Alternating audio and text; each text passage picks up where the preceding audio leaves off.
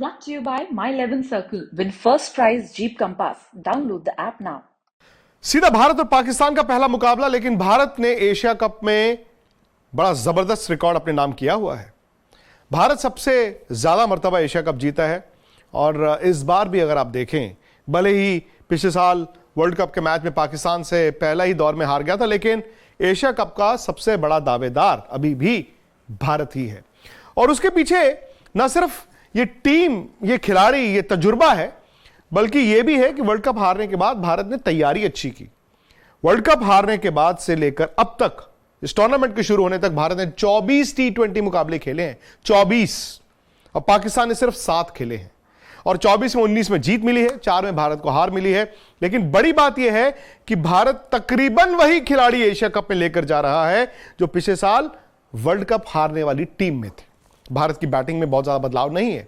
इसका मतलब भारत ने पैनिक तो नहीं किया, लेकिन क्या भारत नए अंदाज से क्रिकेट खेलेगा? जो रोहित शर्मा ने कहा है कि हम उस टेम्पलेट से बैटिंग करेंगे जो टेम्पलेट दुनिया अपना चुकी है, क्योंकि एशिया कप का पहला मुकाबला जब पाकिस्तान से हो, जो टीम खुलकर खेल गई वो पहला मुकाबला भी जीतेगी और आने वाले मुकाबलों में भी उसका वर्चस्व रहेगा। लेकिन भारत की 11 क्या हो सकती है, एक नजर डालें। सबसे बड़ा यह है कि इस टीम में बुमराह नहीं, हर्षल पटेल नहीं, दोनों को चोट लगी है। शायद वर्ल्ड कप में अगर ये दोनों फिट हो, आपकी 11 में भी आते हैं, लेकिन उनके बिना क्या है भारत की टीम? रोहित शर्मा और KL Rahul most likely open करेंगे, विराट कोहली 3 खेलेंगे। अब सूर्य कुमार यादव मुझे लगता है कि शायद 5 होंगे, ऋषभ पंत 4 होंगे, उसके बाद 6 आपके हार्दिक पांड्या होंगे। लेकिन सवाल यह है कि दिनेश कार्तिक का क्या रोल होगा? दिनेश कार्तिक का क्या रोल होगा? क्या ऋषभ पंत वर्सेस दिनेश कार्तिक है या फिर दोनों खेलेंगे? अगर दिनेश कार्तिक खेलेंगे तो टीम से बाहर कौन होगा? क्या आप एक एक्स्ट्रा बैट्समैन लेकर जाएंगे? ये सवालों के जवाब आपको मैचों में मिलेंगे। उसके बाद जडेजा, युजवेंद्र चहल, भुवनेश्वर, अर्शदीप, क्योंकि आवेश मुझे नहीं लगता कि 11 में खेलेंगे। अर्शदीप, भुवनेश्वर, युजवेंद्र चहल, रविंद्र जडेजा।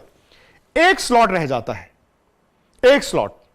अगर 6 नंबर पर हार्दिक पांड्या है, 7 पर जडेजा है, तो युजवेंद्र चहल है टीम में, भुवनेश्वर है टीम में, अर्शदीप है टीम में, यानी कि एक स्लॉट भारत का खाली है।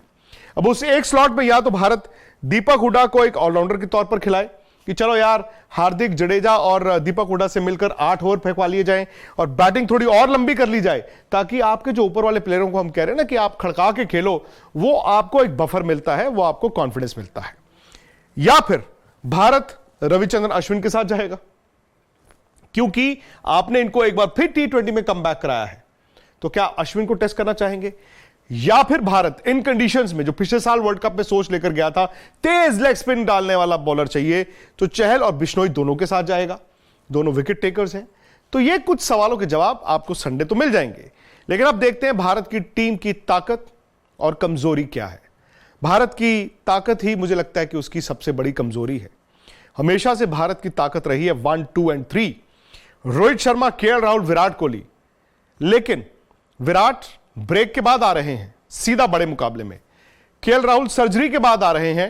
हालांकि जिम्बाब्वे में उन्होंने 2 पारियां खेली, लेकिन बहुत ज्यादा इंप्रेसिव नहीं दिखे। रोहित शर्मा भी बहुत बड़ी पारियां नहीं खेल पाए हैं, हालांकि उन्होंने अच्छे स्टार्ट्स दिए हैं, क्विक स्टार्ट्स दिए हैं, कैमियोस दिए हैं, लेकिन क्या सिर्फ कैमियो से काम चल जाएगा? तो यह भारत का जो 1, 2, 3 है, मुझे लगता है इसको लेकर सवाल है। यह रोहित शर्मा का T20 करियर है और ये उनका इस साल का रिकॉर्ड है। तो यहां पर देखें, स्ट्राइक रेट में कोई ज्यादा फर्क नहीं, स्ट्राइक रेट उनका ठीक है, लेकिन एवरेज में फर्क आ जाता है, और शायद इस साल की कम एवरेज उनकी ओवरऑल एवरेज को और नीचे ले गई। उसके बाद केएल राहुल, ये उनका ओवरऑल करियर रिकॉर्ड है। उनकी स्ट्राइक रेट बुरी नहीं है, एवरेज भी देखिए जबरदस्त है। और राहुल का क्या है कि अगर इनको शुरुआत मिल जाए, लंबा खड़काते हैं ये। अब बात उस चेहरे की, उस नाम की, जो दुनिया के हर क्रिकेट फैन की जुबान पर है, विराट कोहली। विराट ने कहा कि मैं लैक ऑफ रन्स या फिर लॉस ऑफ फॉर्म के बारे में नहीं सोच रहा, मैं एक पॉजिटिव सोच के साथ इस एशिया कप में आया हूं, मुझे पता है कि मैं रन बनाऊंगा। अब दिक्कत क्या है कि विराट का अगर आप ओवरऑल T20 रिकॉर्ड देखें, अभी भी 50 से ज्यादा की एवरेज है, और यह बड़ा कमेंडेबल है कि उनकी एवरेज है और उनका यह स्ट्राइक रेट है। अब ये T20 कई साल से खेल रहे हैं, अगर आप ये इस आंकड़े को देखें, एवरेज और स्ट्राइक रेट, आप कहेंगे वाह जबरदस्त। लेकिन दिक्कत आ रही है अब इस साल एवरेज तो नीचे जा ही रही है क्योंकि बड़ी पारी नहीं है, स्ट्राइक रेट भी नीचे चली गई है। हालांकि इंग्लैंड में 2 पारियां इन्होंने खेली थी, उस टेम्पलेट को अपनाने की कोशिश की थी, रन नहीं बने, लेकिन ये दिख गया था कि विराट अपने आप को रोहित शर्मा के उस तेज खेलने के सोच में ढाल रहे हैं। हो सकता है कि इस रविवार से ही विराट का बल्ला उस तरह से रन उगले जिस तरह से हम और आप चाहते हैं। आसान नहीं होगा, लेकिन विराट कोहली हैं, इनके लिए नामुमकिन नहीं है। ऋषभ पंत की जो एबिलिटी है टेस्ट क्रिकेट में, वनडे क्रिकेट में, उस लिहाज से T20 के आंकड़े ये जस्टिस नहीं करते। अगर आप मुझे कहें कि ऋषभ पंत 54 मैच खेलने के बाद सिर्फ 23.86 की एवरेज और सिर्फ 126 का स्ट्राइक रेट, मजा नहीं आया। क्योंकि भाई इनको तो एक्स फैक्टर है, ये तो हारी हुई बाजी को जीत में तब्दील करेंगे, जिस दुनिया खौफ खाती है। लेकिन दिक्कत कहां आती है T20 में, इनको ये असेस करना होगा। क्या ये T20 में अपने आप को वक्त दे रहे हैं? क्या ये वक्त का इंतजार कर रहे हैं? क्योंकि ये कभी भी तेज स्कोर बना सकते हैं, बशर्ते ये एंड तक जाएं। इस साल भी थोड़ा सा बेहतर है, 1-2 अच्छी पारियां आई हैं, इनका स्ट्राइक रेट थोड़ा बेहतर हुआ है, एवरेज थोड़ी बेहतर हुई है, लेकिन अभी भी ये आंकड़ा ऋषभ पंत की एबिलिटी के प्लेयर के लिए जस्टिस नहीं करता। अब वो खिलाड़ी जो इस वक्त दुनिया में नंबर 1 है जी, सूर्य कुमार यादव। थोड़ा लेट क्रिकेट इनको मिली, लेकिन देखिए इनकी स्ट्राइक रेट, ये करियर स्ट्राइक रेट 175 की हो जिस बैट्समैन की, उस बैट्समैन से दुनिया खौफ खाएगी। ये कभी भी जाके मैच को पलट सकते हैं। इन्होंने ओपन भी किया है मुझे लगता है, लेकिन ये 5 नंबर या 4 नंबर पर ही आपको दिखेंगे। इस साल उनकी स्ट्राइक रेट और उनकी एवरेज और बेहतर हो गई है। मतलब इस एवरेज के साथ ये स्ट्राइक रेट अपने आप में फिनोमिनल है। और एक मैच जो भारत ने इंग्लैंड में हारा था, जिसमें इन्होंने 100 बनाया था, मुझे लगता है कि वो पूरी दुनिया को डराने वाला 100 था। सूर्य कुमार यादव पर बहुत कुछ निर्भर करेगा। Hardik Pandya is back. हार्दिक की अच्छी बात क्या है, जब वो बॉल डालते हैं तब तब उनकी बैटिंग अपने आप निखर जाती है, और ये हो भी रहा है। और एक नया हार्दिक पांड्या आपको दिखा, ये नहीं है कि फ्लैशी मारा आउट हो गए, वक्त भी लेना है और जब उड़ाना है उड़ाना भी है। ये इनका करियर है। लेकिन ये देखिए इनका इस साल जब से इन्होंने चोट के बाद वापसी की है और बेहतर ही हुए हैं। तो हार्दिक पांड्या मुझे लगता है कि ना सिर्फ एशिया कप में बल्कि वर्ल्ड कप में भी भारत के एक्स फैक्टर हैं। अगर ये फिट रहे और ये फॉर्म में रहे तो भाई फिर दुनिया की किसी भी टीम के लिए आसान नहीं होगा भारत के खिलाफ। यह है भारत की बल्लेबाजी। और उसके बाद रविंद्र जडेजा आपके ऑलराउंडर हैं। हालांकि एक दिक्कत आती है जडेजा को गेंदबाजी में, विकेट टेकर नहीं है। और विकेट टेकर वो T20 में, हालांकि उनकी एवरेज आप देखें, स्ट्राइक रेट देखें आप, ये इतनी खराब नहीं थी, लेकिन अब देखिए एवरेज उनकी जो है वो और थोड़ी सी खराब हो गई। यहां पे विकेट्स और इकोनॉमी की मैं बात कर रहा हूं। इनको 7 मैच में इस साल सिर्फ 4 विकेटें मिली हैं और करियर में 62 मैचों में सिर्फ 50 विकेटें मिली हैं। तो यहां पर थोड़ा सा दिक्कत जडेजा को लेकर आती है। बट फिर जडेजा ऐसा खिलाड़ी भी नहीं है, आप जब फंसे हैं तो वो बैटिंग कर लेते हैं। बॉलिंग शायद उनकी वनडे और टेस्ट मैचेस की कंपैरिजन में T20 बहुत ज़्यादा विकेट टेकिंग नहीं है, बट फिर फील्डर भी हैं, मैच विनर है। भुवनेश्वर कुमार तजुर्बा है, विकेटें भी हैं, और इस साल तो इन्होंने बड़ी अच्छी गेंदबाजी की है, फॉर्म में भी दिख रहे हैं। लेकिन भारत ने सिर्फ 3 तेज गेंदबाज चुने हैं, विच मीन्स कि शायद आप 2 + 1 हार्दिक पांड्या को खिलाएं। और दूसरे फास्ट बॉलर मुझे लगता है कि अर्शदीप होंगे। युजवेंद्र चहल आपके सबसे बड़े मैच विनर हैं।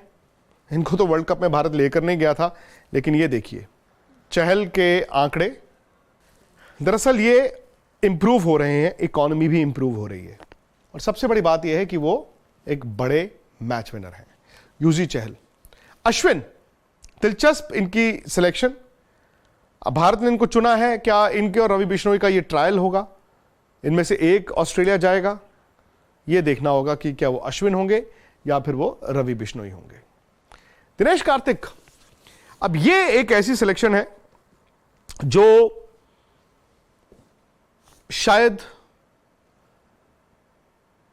सोच के परे थी, क्योंकि 3 साल से भारत की टीम में नहीं थे। फिर आईपीएल में आके उन्होंने इस साल जबरदस्त बैटिंग की और इनको टीम में रिकॉल किया गया। सो मच सो कि अब वो संजू सैमसन और ईशान किशन को पीछे फेंक चुके हैं और दिनेश कार्तिक वर्सेस ऋषभ पंत लोग कहते हैं। हालांकि मुझे लगता है कि दिनेश कार्तिक वर्सेस ऋषभ पंत नहीं होगा, बिकॉज ऋषभ पंत ऊपर खेलते हैं, दिनेश कार्तिक को आप लास्ट 3-4 ओवरों के लिए ही रखना चाहते हैं, और राइट लेफ्ट की भी बात है। बट अब सवाल यह है कि दिनेश कार्तिक को लेकर रोहित शर्मा के जहन में गेम प्लान क्या है। ये दिनेश कार्तिक का करियर है, उनकी 28 की एवरेज है करियर में और 140 की उनकी स्ट्राइक रेट है। इस साल वापसी उन्होंने की है, वापसी करने के बाद उनकी एवरेज नीचे गई है, उनकी स्ट्राइक रेट भी नीचे गई है। तो ये बड़ा दिलचस्प है, क्योंकि जब ये आते हैं तो पहले 8-10 गेंदें ये बॉलर को देते हैं, फिर ये लास्ट 6-7 गेंदों का इंतजार करते हैं। अब देखते हैं कि दिनेश कार्तिक के लिए इस टीम ने क्या सोचा है। दीपक हुडा, क्या इनको आप कहीं पर फिट करना चाहेंगे? अभी तक इस यंगस्टर ने इंप्रेस किया है, लेकिन वो ब्रेक थ्रू परफॉर्मेंस क्या एशिया कप में आ सकती है? यह अपने आप में एक बड़ा सवाल है। अर्शदीप, छोटा सैंपल साइज, इंप्रेसिव। देखते हैं एशिया कप में पाकिस्तान जैसी टीम के खिलाफ हाई प्रेशर मैच में वो क्या करते हैं। आवेश बहुत इंप्रेसिव नहीं, विकेटें ली हैं, लेकिन देखते हैं इस यंगस्टर ने क्या अपनी गलतियों से सीखा है कि नहीं। खैर, ये भारत की टीम है जी। आई वोंट बी सरप्राइज कि भारत इस एशिया कप को जीते, एक और रिकॉर्ड बनाए, लेकिन पहला मैच भारत का सबसे बड़ा इम्तिहान होगा। आप माने ना माने, भले ही आमने सामने मुझे भारत की टीम ज्यादा मजबूत दिखती है, 1-2-3 को लेकर सवाल है, लेकिन यही अगर 1-2-3 भारत के चल गए तो फिर इस टीम को कोई रोक नहीं पाएगा। लेकिन पहला मैच सबसे बड़ा मैच। तो हम रहेंगे जी दुबई इस मैच के लिए। आप फटाफट से स्पोर्ट्स तक को सब्सक्राइब कीजिए, नोटिफिकेशन की घंटी बजाइए और साथ ही साथ उस मैच की तैयारी कीजिए। माई 11 सर्कल को डाउनलोड कीजिए और मैच का जैसे ही टॉस होगा अपनी 11 बनाइए। एक तो पाकिस्तान से लेना है बदला, दूसरा एशिया कप जरिया है वर्ल्ड कप जीतने का भी।